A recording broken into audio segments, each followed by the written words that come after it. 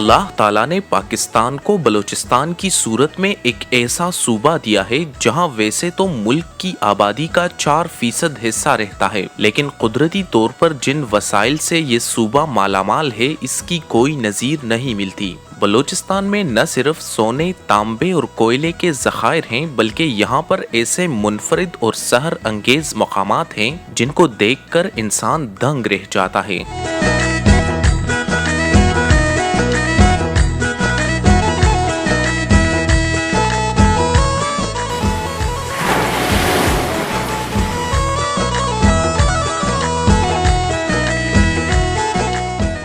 इनमें खूबसूरत पहाड़, शीशे जैसे साफ पानी के आबशार, रेगिस्तान, झीलें और समंदर शामिल हैं।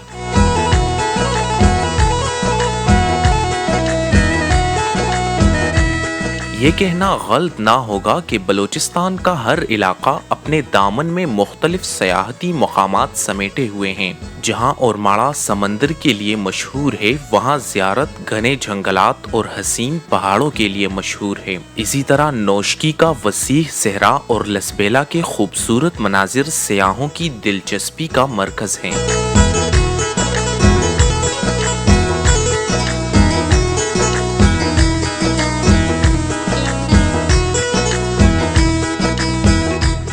बिल्कुल इसी तरह खुसदार के करीब वाक़या मुल्ला चटूक की आबशार मुल्की और गैर मुल्की सयाहों का पसंदीदा मुकाम है।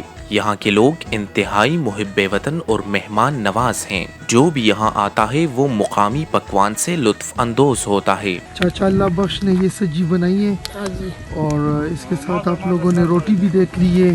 इसको खुरनू बोलते हैं। खुरनू क्या कहते हैं इसको? ये रोटी का कबाब है सर।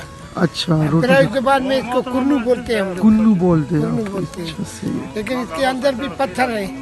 अच्छा, इसके अंदर पत्थर है? पत्थर है, बड़ा पत्थर है। अंदर से पत्थर इसको पकाते हैं, बाहर से आग पकाते हैं। अच्छा अच्छा अच्छा, दोनों जबरदस्त। साइड से फिर पक जाते हैं। सही। और ये सब्जी किस चीज़ की बन रही है? ये सब्जी है खुश बनाते हैं। खुश बनाते हैं। इस पे कुछ डालते नहीं है आप? लगाते हैं उसको, नमक लगाते हैं?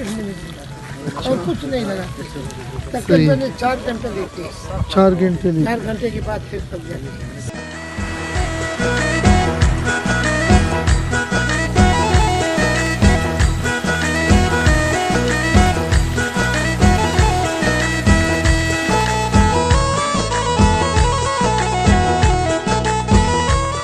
मुल्ला चटूक खुसदार से तकरीबन 3 घंटे की मुसाफत पर वाक़े है, लेकिन रास्ते की खराबी की वजह से इस खूबसूरत इलाके तक पहुंचने में मुश्किलात दरपेश आती हैं। चूँकि बलूचिस्तान एक अरसे तक दहशतगर्दी की लपेट में रहा, इसलिए ये खूबसूरत इलाके सियाहत के लिए मौजू नहीं समझे जाते थे।